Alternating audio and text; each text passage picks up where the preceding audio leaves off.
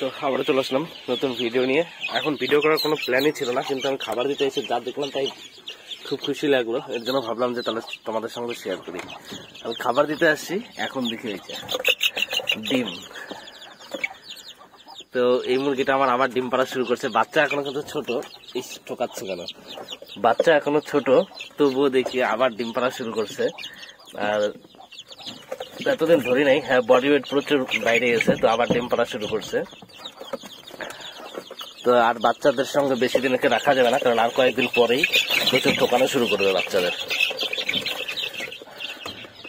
কারণ যেহেতু ডিম পাড়তেছে, তো আবার যখন উমে আসবে তখন প্রচুর ঠোকানো শুরু করবে বাচ্চাদের, তো তখন আর রাখা যাবে না। আর হাবভাবও চেঞ্জ হয়ে গেছে, উমে আসা মুরগির মতো যে বাচ্চা উমে আসা মুরগির মতো এরকম নাই, একদম নর্মাল হয়ে গেছে। তো এবার যখন এর উমে আসবে, তো ওকে আমি হয়তো টার্কির ডিম তাছাড়া তিতরের ডিম দিয়ে বসাবো। তো শিলিগুড়িতে এক জায়গায় আছে ডিম, তো সেখান থেকে আইনে তারপরে বসাবো। ওর হাবভাব একদমই চেঞ্জ হয়ে গেছে, মানে আমি দেখিনি, আমি লক্ষ্য করি নাই, কারণ অনেকদিন থেকে ধরিও না কিছু না। যতদিন থেকে রোগ টোক হচ্ছে ততদিন থেকে মুরগি বেশি একদমই ধরি না।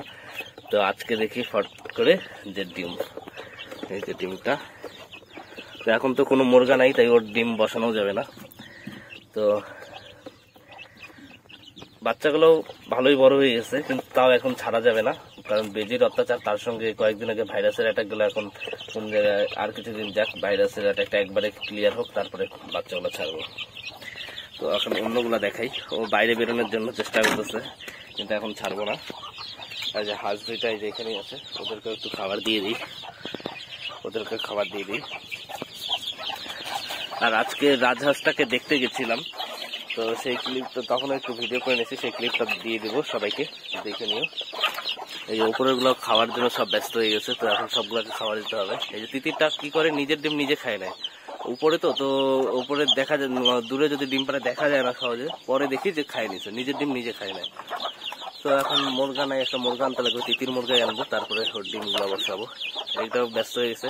আর একটা গুড নিউজ হলো, ডায়মন্ড ডাব আবার ডিম দিছে। কিন্তু ডায়মন্ড ডাব ডিম দিছে, এবার ব্যাপারটা হয়েছে দুইটা মেল, ফিমেলটা তো যখন বসে তখন বসে ভালোই একা একা, কিন্তু হলো এমনি সময় যখন দুপুরবেলা দুইটা মেল একসঙ্গে বসে ডিমের মধ্যে, তো দুইটাই মারপিট করতে থাকে। এই যে মেল দুইটাই ডিমের মধ্যে গিয়ে বসে, ডিমে বসে, তো এটা একটা সমস্যা।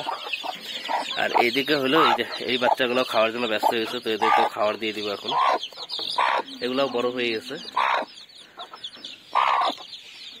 তো আর কয়েকদিন গেলে তারপরে আমি ছাড়িয়ে দিব। আর এদিকে যে খরগোশগুলা, তো আমার সেট আপ নতুন করে আবার সব সেট করব।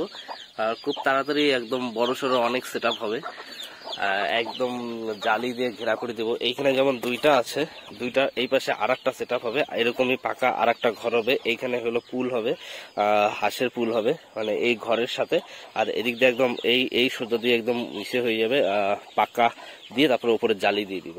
আর তাহলে যাতে হলো ইসেগুলা ছাড়া থাকে, মানে খরগোশ টরগোশ সব ছাড়া থাকবে, মানে খরগোশ হাঁস মুরগি বাচ্চা সবগুলো যাতে ছাড়া থাকবে, তাহলে কোনো সমস্যা হবে না। কারণ অতটুকু জায়গায় অনেকগুলো খরগোশের অসুবিধা হয়ে যায়, তাই ভাবলাম যদি ছাড়া থাকে তাহলে অসুবিধা হবে। আর এই প্ল্যান আছে নিচটাও পাকা করে দিব, এখানে গাছ কিছু কমাবো, যেমন এই সুপারি গাছটা কমাবো, তারপরে নিচটাও পাকা করে দিব, তো খরগোশ গর্তও করতে পারবে না আর বাইরেও যেতে পারবে না। তার সঙ্গে কিছু ফুল গাছ টপ দিয়ে সুন্দর করে সাজাবো খুব তাড়াতাড়ি। 1-1.5 মাসের মধ্যে আমার এই প্রজেক্টটা একদম কমপ্লিট করবো, তো তোমরা দেখতে থাকো আর একটু সাপোর্ট করো। তো নতুন ধামাকা কিছু আসতেছে আমার পেটস কলোনিতে। তো এই ছিল আজকের ভিডিওটা, দেখতে থাকো হাঁসের এবার ভিডিওটা, রাজহাঁসের।